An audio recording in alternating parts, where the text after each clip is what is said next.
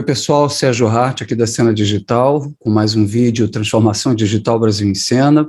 Hoje eu vou estar conversando com a Patrícia Frossar, Country Manager Brasil da Philips.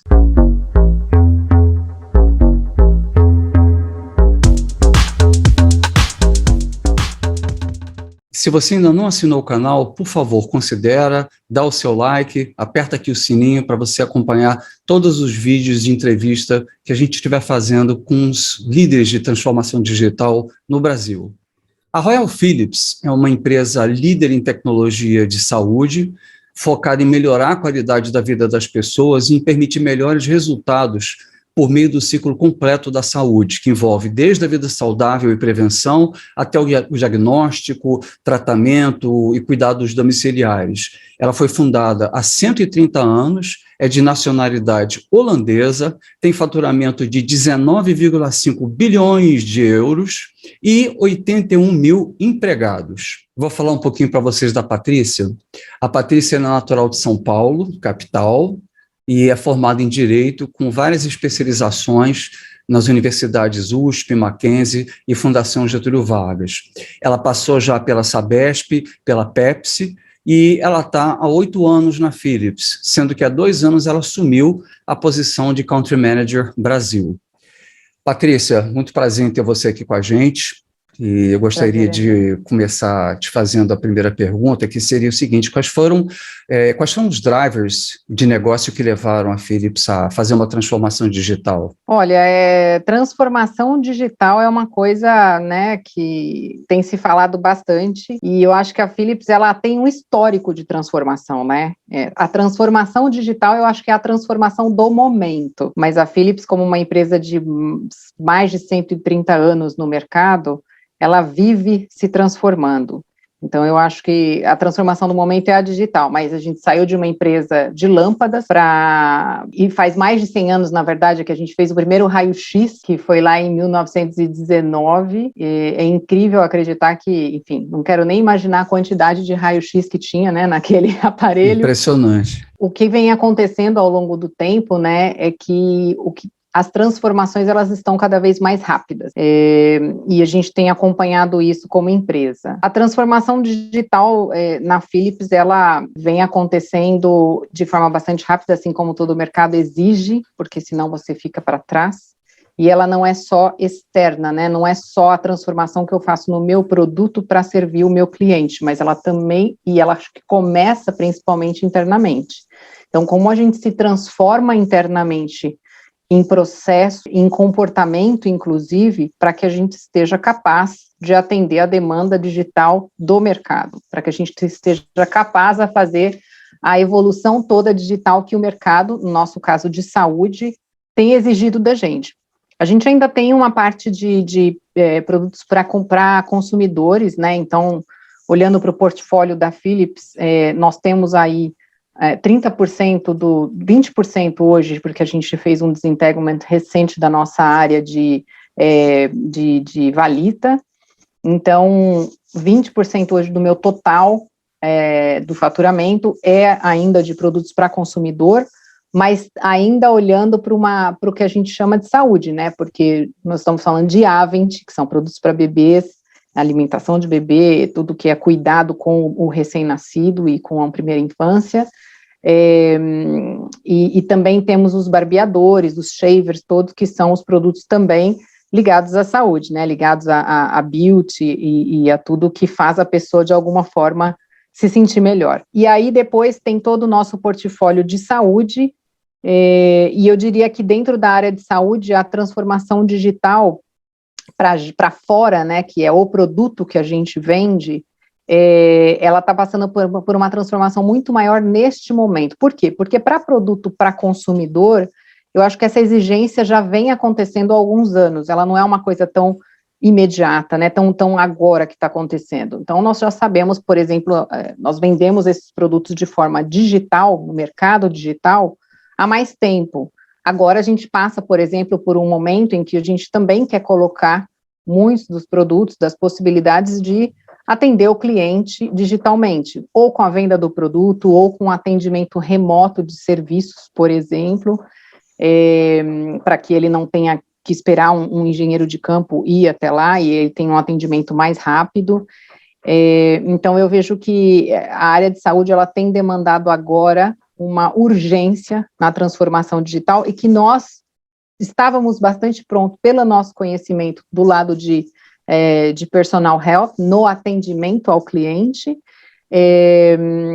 mas é claro que os produtos são totalmente diferentes, e o mercado é diferente. O que eu vejo é que na área da saúde há bastante desafios, há muito desafio, mas também a oportunidade é muito maior. Com certeza.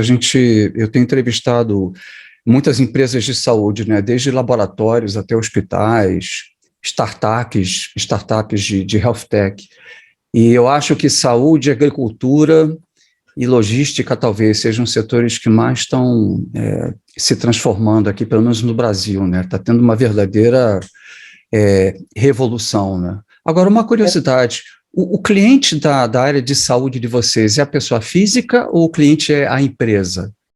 O cliente é a empresa. A gente tem aqui um pequeno portfólio ainda, que são os nossos produtos que a gente chama de sono, que são os produtos para consumidor, para o paciente diretamente. Então, o paciente consegue ter um produto de sono e um relacionamento direto com a Philips. Mas meu grande foco é a pessoa jurídica, né? Mas eu queria só continuar a falar mais um pedacinho dessa nossa transformação digital para concluir aqui essa parte. Nos últimos anos, a Philips tem se focado muito no mercado de software, né? Software para a saúde, especializado em saúde. Então, ao longo dos últimos, digamos, 10 anos aí, nós fizemos muitas aquisições nessa área. Uma das mais conhecidas aqui no Brasil, pelo menos, é o Tasi, né, que é um software aí que cuida tanto da interação com o médico-paciente, como toda a parte da organização do hospital, né, inclui farmácia, inclui pagamentos, todo o backbone, o back-office do hospital. Então, esse foi um começo nosso aí, digamos, dentro do Brasil, e é uma coisa que a gente se orgulha bastante como brasileiro, porque é um produto brasileiro que nós compramos e que nós estamos internacionalizando. Então, está saindo daqui do Brasil, legal. Tem vários lugares, tem no Japão, tem em alguns países da Europa, da América Latina, e nos últimos 2 anos isso tem se acelerado muito. A gente adquiriu a Carestream também, que é uma empresa líder aí de mercado de imagem e software, e recentemente anunciamos a Biotelemetry, que é uma empresa também que está ligada muito à deshospitalização, ao que o hospital, ao nosso cliente, está querendo fazer, né? Tratar em casa quem pode ser tratado em casa. E, além de tratar em casa, ter a conexão com a pessoa que está sendo tratada em casa, seja com receituário, seja com medidores, né, de temperatura, pressão, e ter o cuidado completo que ele poderia ter dentro do hospital, em casa, que é onde ele se sente mais confortável. Então, assim, todos os nossos produtos, eles estão sendo adquiridos já pensando na transformação digital, na transformação do mercado de saúde, porque eu acho que a transformação do mercado de saúde, ela até se sobrepõe à transformação digital. E, óbvio, a transformação digital, ela nada mais é do que uma ferramenta para acompanhar e apoiar toda essa transformação do mercado. Tem toda a razão. Eu acho que você falou uma coisa muito, muito apropriada, porque eu acho que a maioria dos executivos acham que transformação digital é uma questão tecnológica, né? E na realidade não é. Na realidade você tem uma nova economia que está acontecendo e as empresas têm que se capacitar para essa nova economia, seja através de novas tecnologias, mas também novos modelos de negócio, novas estratégias, né, que podem hoje ser viabilizadas em função do avanço tecnológico que a gente está tendo, que permite que você possa fazer uma telemedicina, né, uma telemetria, como você mesmo falou, que antes não era possível, né? Exato. Então, essa revolução, ela tem uma ponta tecnológica, mas na realidade isso aí é só o meio, né?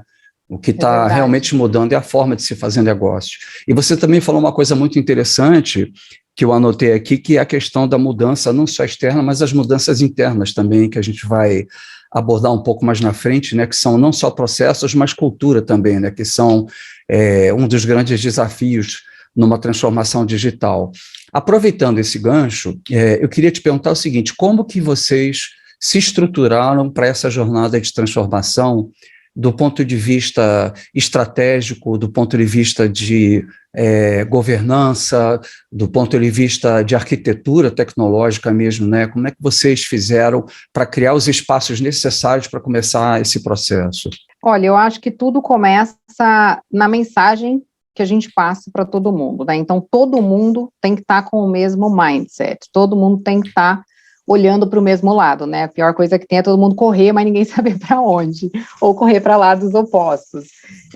Então, acho que começa por aí, né? E isso vem desde a nossa liderança macro, que é o Frans van Houten, que é o nosso CEO global, né, da Philips, e aí isso vai sendo cascateado. Claro que as ações, na prática, elas vão acontecendo dentro dos mercados, que é onde de verdade a coisa acontece, né? Onde de verdade você está falando com o cliente, você recebe o feedback dele.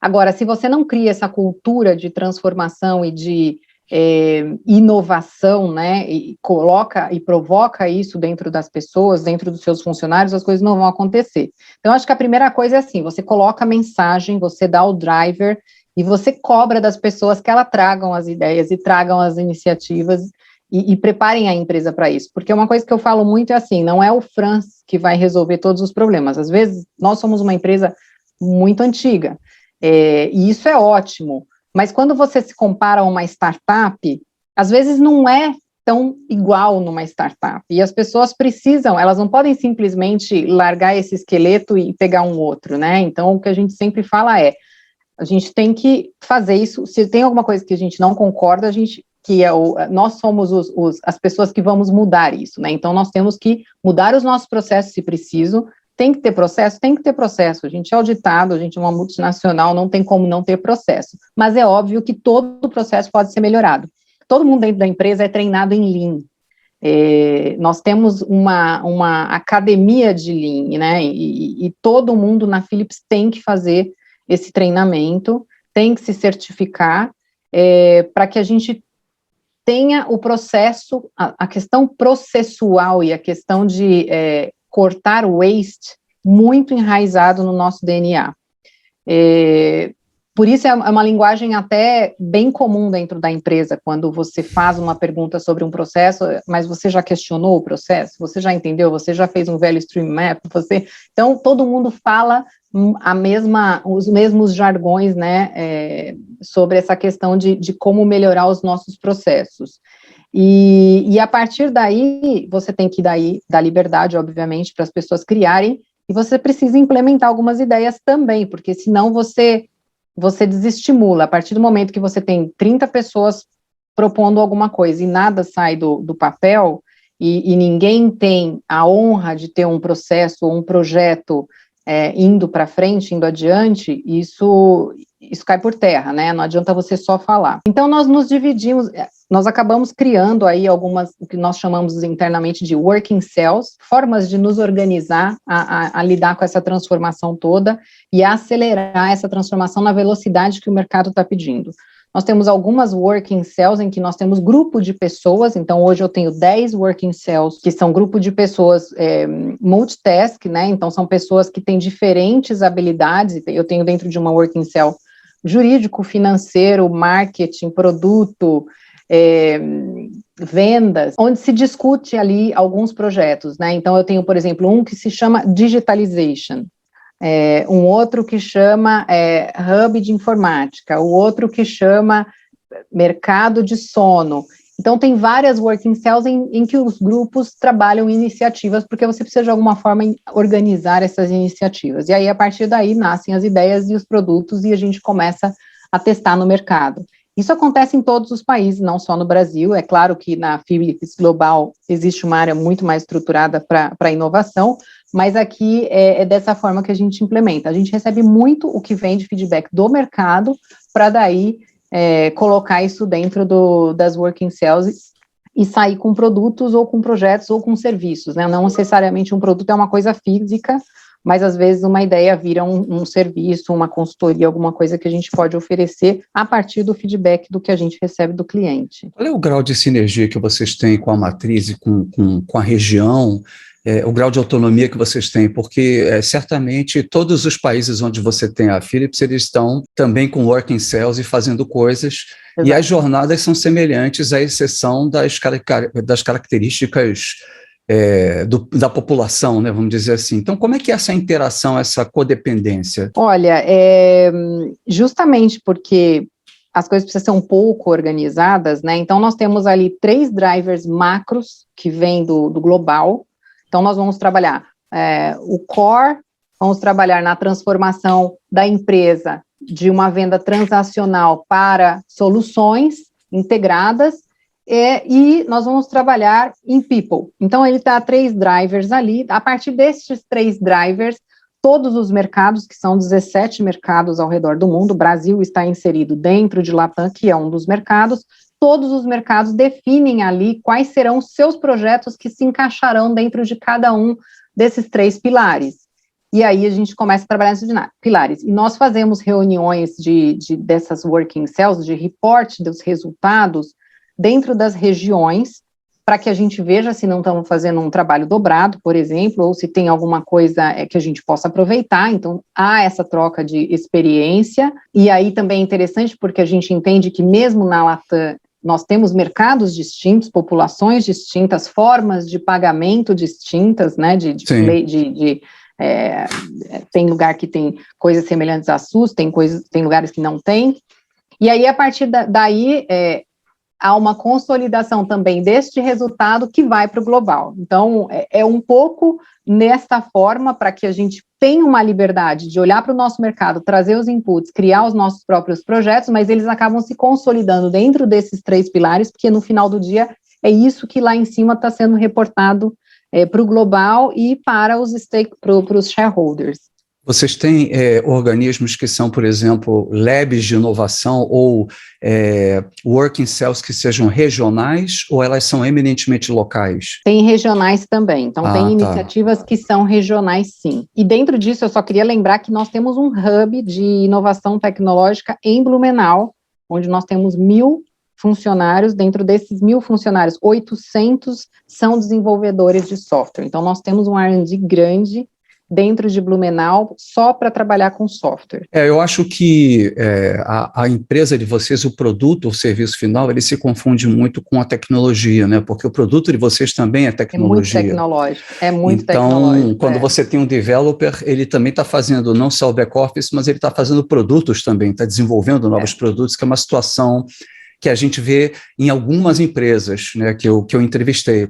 Com essa organização, com essa mudança cultural que vocês estão fazendo, com esse processo que você contou para a gente, que resultados você poderia compartilhar que já foram obtidos? Olha, nós temos aí algumas parcerias que foram criadas muito interessantes, né? Então, tanto na área pública quanto no privado, né, nós fizemos uma parceria que foi divulgada com a IDR, que é uma empresa onde nós encontramos junto com eles uma oportunidade no mercado, que foi levar para pequenas clínicas a gestão do centro de diagnóstico dessas clínicas. Então, às vezes a clínica ela não quer ter aquele trabalho, ela não precisa, ela só quer ter o exame. E aí nós, então, nos unimos com a IDR, vendo essa oportunidade, e criamos aí esse atendimento através dessa empresa que tem uma tecnologia desenvolvida conjuntamente com a gente, para que faça essa gestão dos centros de diagnósticos dos terceiros. Esse é um. Outro que recentemente nós divulgamos foi uma parceria também com Rally dos Sertões, em que nós levamos aí através da tecnologia, telemedicina e produtos portáteis, como nós temos um Lumify, que é um ultrassom que se conecta no tablet, nós pudemos levar isso para a comunidade carente do sertão, atendimento através da telemedicina, através da tecnologia, que também é um exemplo bem bacana, porque você toca os dois lados, né? Você toca a questão da saúde, da tecnologia e também a questão social. Um outro projeto que também saiu através disso foi uma outra parceria que nós temos na Bahia. É uma parceria onde nós temos aí uma central de laudos que emite laudos a partir de 11 hospitais que fazem os exames. Então, 11 hospitais fazem exames, esses exames são centralizados, são centralizados, enviados, né, as imagens para um único centro, onde há ali os especialistas que vão fazer os laudos. Então, eu não preciso ter especialistas em diversos locais, né, porque a questão do custo, você sabe, também tem sido um driver para a transformação, não só, não é só porque é bonito, né, não é só porque dá acesso, também tem uma questão, uma pressão de custo que tem feito, né, os grandes hospitais e toda a área de saúde se movimentar de forma bastante acelerada. Para você ter ideia, o TASI, que é a nossa ferramenta de gestão hospitalar, nós temos exemplos de cases em que nós colocamos o TASI no hospital e de um mês para o outro ele passou a ter um revenue de 20% a mais. E não é porque o produto fez alguma mágica e ele passou a ter mais clientes, não, era porque ele deixava de cobrar muita coisa.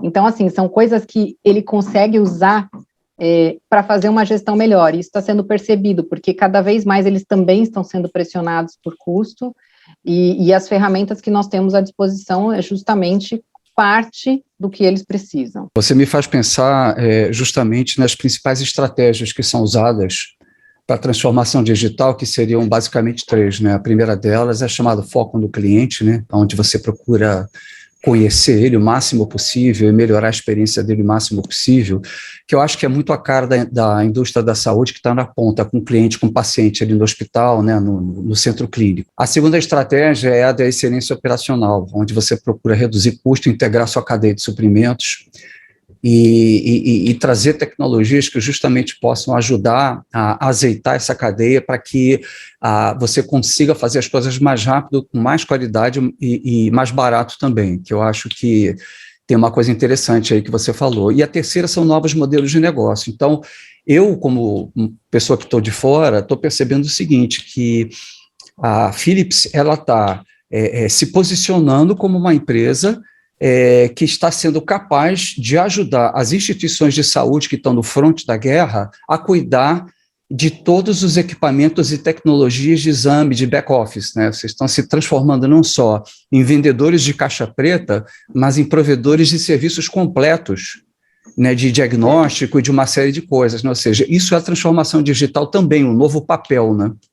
Exatamente, não faz mais muito sentido para a gente vender caixa, e nós queremos realmente estar do lado do cliente, vendo como mais nós podemos fazer parte do processo dele e ajudá-lo de verdade. Então, isso entra no que nós vimos falando aí nos últimos anos, e tem sido cada vez mais fato, né, porque uma coisa é você falar, outra coisa é o negócio começar a acontecer.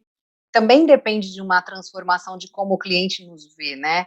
E isso tem uma jornada, não é uma coisa que você fala, agora eu te vendi a caixa, agora eu te vendo uma solução, não é assim. Então, eu acho que toda a confiança no nosso background, que nós já temos do cliente, nos ajudou a estar sentado com o C-Level, né, na mesa, para falar para ele, olha, eu estou enxergando o que está acontecendo no mercado, eu estou aqui do seu lado, o que mais a gente pode fazer para melhorar isso? Então, cada vez mais você tem visto modelos de serviços, né, não mais de CAPEX somente, né, rental model, uma coisa que tem crescido bastante. O cliente, ele não quer ter a preocupação, ele quer ter a solução. Então, o que nós pudermos fazer para ajudá-lo nessa transformação, porque a mudança, ela gera uma mudança comportamental, né, e o cliente, ele está, nesse momento, tendo que transformar toda a equipe dele para aceitar essa tecnologia também, porque um dos maiores desafios da tecnologia é a aceitação e a adoção. Temos pessoas do outro lado, né? Então, se eu posso desenvolver um produto em que o médico vai ter que dar 5 cliques ou 1 clique a menos, é um ganho gigante para ele. E é nisso que eu preciso que ele me nutra, né, de informação e de o que você gostaria. Se eu não falo com ele, eu não sei que o médico não gosta de dar 5 cliques. Ele gosta de dar 2, porque ele dava 2 antes, ou porque ele dá em outro hospital 2 cliques, porque o médico, ele é mobile, né, ele não é de um hospital. Então, eu também tenho que enfrentar isso, como é que eu deixo a coisa fácil para o médico poder focar no que importa, que é o paciente. E uma outra coisa que você falou sobre o paciente, né? Eu acho que o paciente, ele faz ele é muito importante na transformação, porque ele realmente tomou para ele a liderança da saúde, né? O paciente está muito mais hoje consciente da sua responsabilidade. Eu acho que ele tem visto isso com toda a questão da pandemia.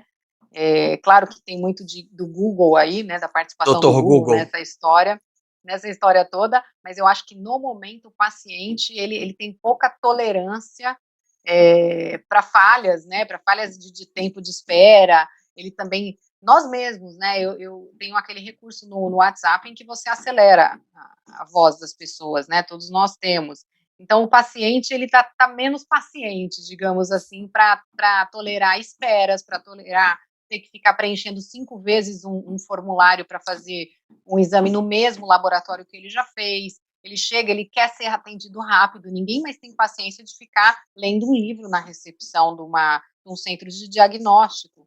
E se o paciente não está feliz, ninguém está feliz, e isso vai subindo, né? Passa pelo médico, pelo hospital e pelo fornecedor, no nosso caso.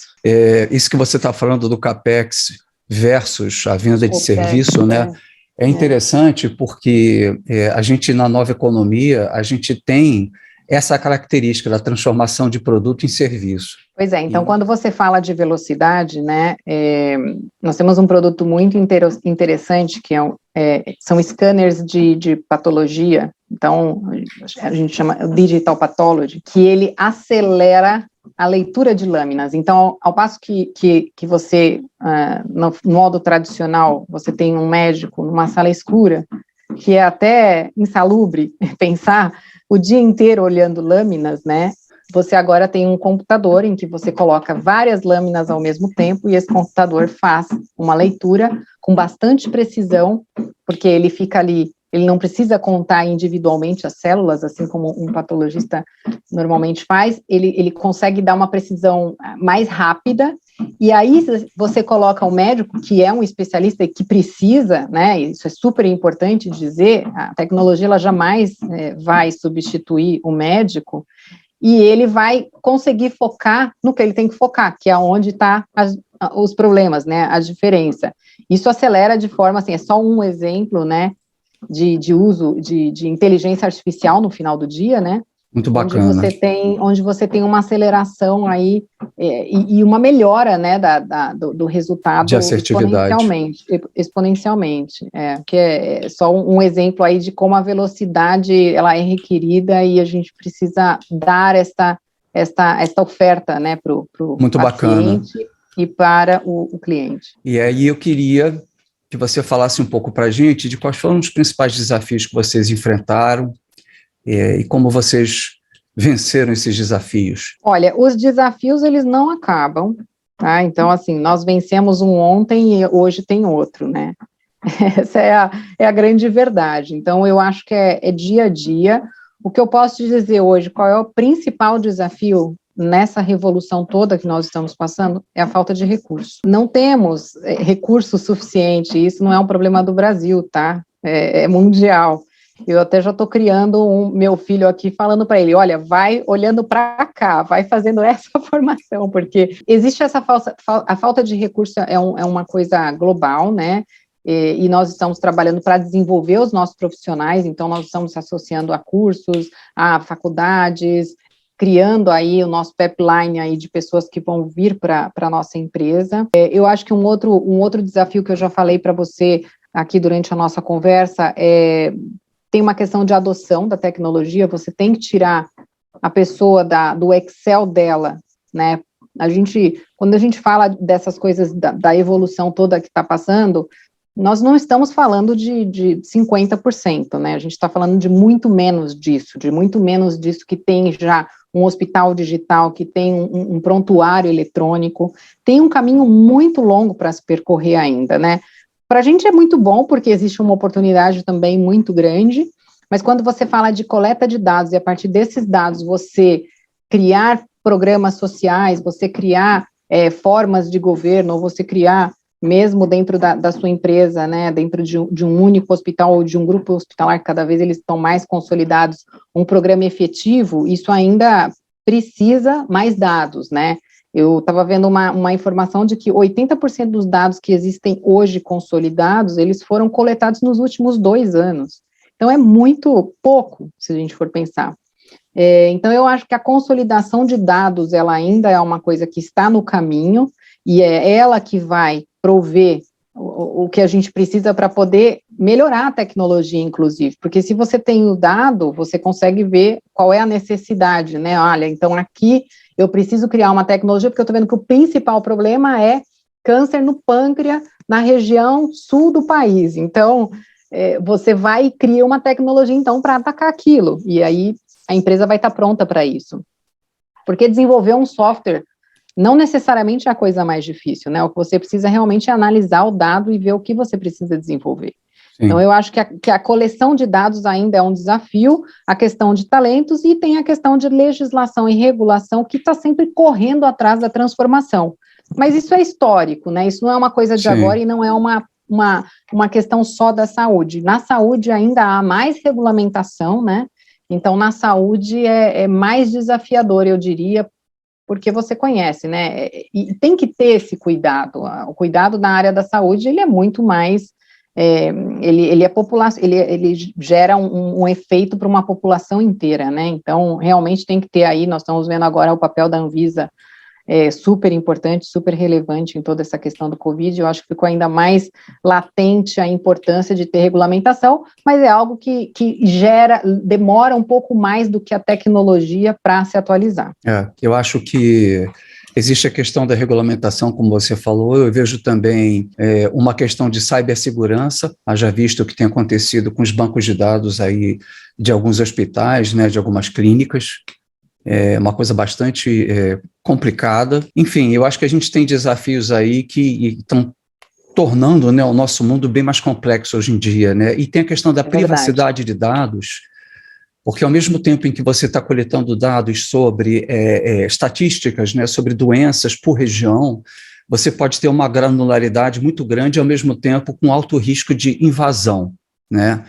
Então, existe aí uma coisa chamada economia da vigilância, que existe um mercado negro de dados de previsão comportamental das pessoas. E esses dados são comercializados para que quem vende produto saiba influenciar e ver qual vai ser o comportamento futuro. E isso tudo é extraído a partir dessas tecnologias, ou seja, é muito complexo a gente administrar tudo isso, né? É muito complexo e eu acho que nós temos, assim como a bomba atômica, né, não foi criada para o que fez a bomba atômica virar a bomba atômica não foi criada para aquilo, eu acho que da mesma forma a gente também tem que ter muito cuidado com a tecnologia e com o uso do dado. Para isso que nós estamos tendo, e aí a regulamentação no Brasil está até adiantada versus outros países em relação à proteção de dados, né, nós acho que talvez tenhamos ficado só atrás da Europa.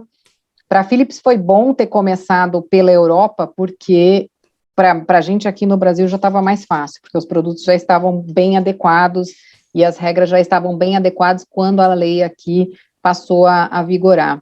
Agora, eu acho que, de fato, se a gente fizer o uso errado da tecnologia, né, e você tem visto, né, aumentou muito, muitas formas de se fazer furto, né, por meios de tecnologia. Eu mesma sofri uma situação recentemente, uma pessoa comprou um celular, comprou um monte de coisa no meu nome, e eu nunca assinei nada, eu nunca fiz nada, e aí você tem que ir lá falar que você não é você, né.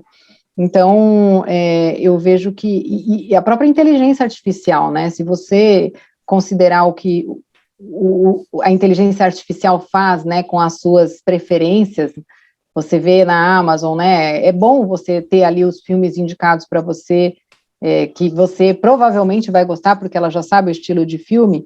Por outro lado, se você só vê notícia pelos meios digitais, você pode ficar totalmente bitolado numa única vertente, porque ela só vai te direcionar para aquilo que você quer. Então, se você Sim. gosta de um partido, você só vai ver coisa boa daquele partido. Então, tem que ter um pouco de cautela nisso, né? E eu acho que é o nosso papel aí até influenciar um pouco e contar para as novas gerações que já nasceram na era digital que tem que ter cautela, né? Tem que ter crítica. Sim, tem que ouvir os dois lados, né? Com certeza. O que você considera que seriam os fatores críticos de sucesso para uma transformação digital como a que vocês estão tendo? Primeiro, assim, eu acho que tem que saber que ela vai acontecer, né? Eu acho que você não pode fugir da realidade, então assume que você precisa estar dentro dessa transformação, porque é igual uma onda, né? Ou você pega, ou você passa por baixo dela e fica lá no marasmo. Então, a primeira coisa, eu acho assim, internaliza que essa transformação, que você tem que estar dentro dessa onda, porque se você não tiver, você vai boiar lá no final, né, literalmente. Então, acho que a partir do momento que você assume isso, tem que ter bastante energia para fazer as coisas não adormecerem, porque é muito fácil ficar na zona de conforto, né? É muito fácil quando você está numa empresa rentável, numa empresa que está com bom resultado, você não enxergar o que está acontecendo. Então, acho que esse é o principal fator, é você ter uma situação sempre de desconforto, sempre tá numa área que você não está se sentindo confortável. Eu acho que o mix de profissionais dentro de uma empresa é fundamental. Então, a questão da diversidade, ela não é só bonitinha, né? Ela não é só uma bandeira social. A questão da diversidade de verdade, tem vários estudos que comprovam que ela realmente afeta o resultado da empresa, porque você tem pessoas diferentes pensando. Então, eu tenho dentro da empresa e tenho buscado muitos programas de diversidade de idade, diversidade de formação, diversidade de renda, de história de vida, diversidade, né, de raça, de sexo.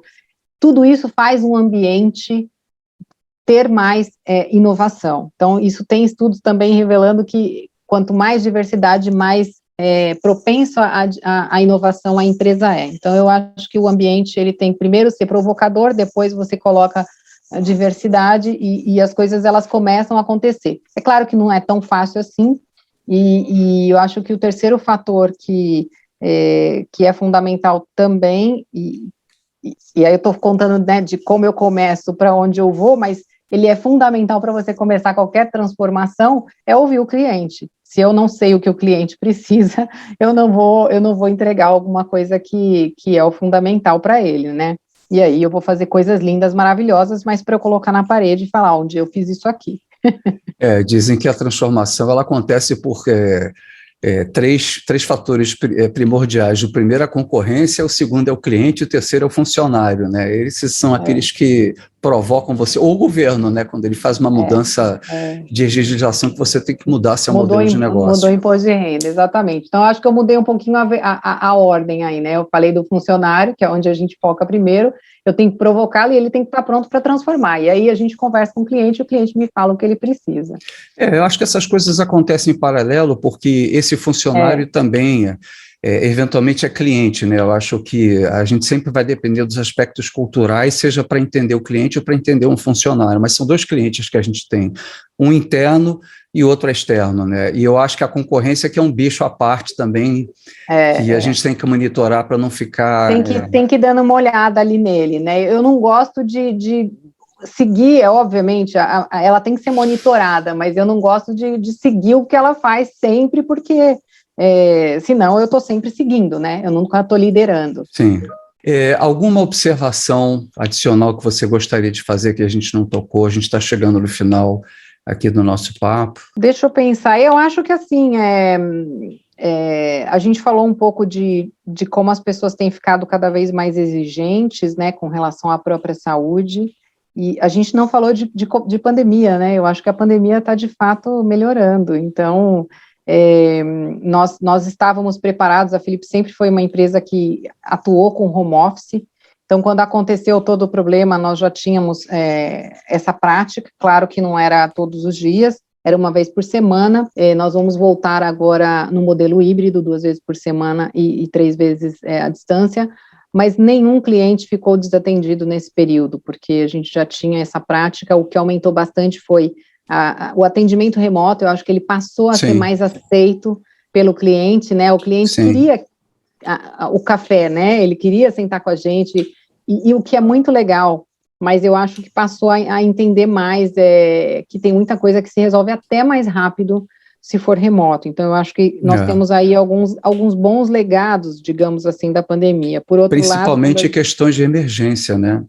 Eu entrevistei um startup que é especializado em inteligência artificial para reconhecimento das emoções através da leitura da face, e eles estão fazendo justamente testes para detectar pessoas que estão em vias de suicídio, de depressão, que precisam ter ou de assassinato até, né? Quer dizer, a pessoa quer morrer ou quer matar, que né? loucura. Então, a tecnologia também está sendo utilizada para isso remotamente, para ajudar. Muito legal. Imagina, você vai entrar num prédio, aí o reconhecimento fala, não deixa essa pessoa entrar, que ela tem indícios de que vai assassinar alguém.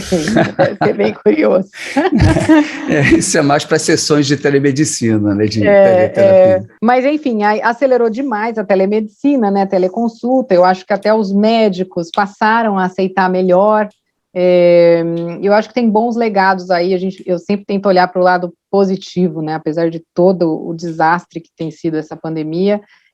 Claro que eu acho que as pessoas todas, né, elas tiveram aí um desgaste emocional durante isso, e isso vai gerar, na minha opinião, pessoas mais conscientes e que vão buscar mais a medicina, mais o tratamento. Por isso, até para não criar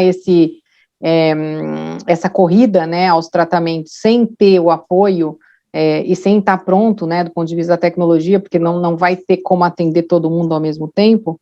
Eu acho que vem em boa hora aí o casamento da informatização, da digitalização, para dar esse acesso a todo mundo que vai buscar agora isso e vai querer ser bem atendido e vai querer ser atendido rápido e tudo mais.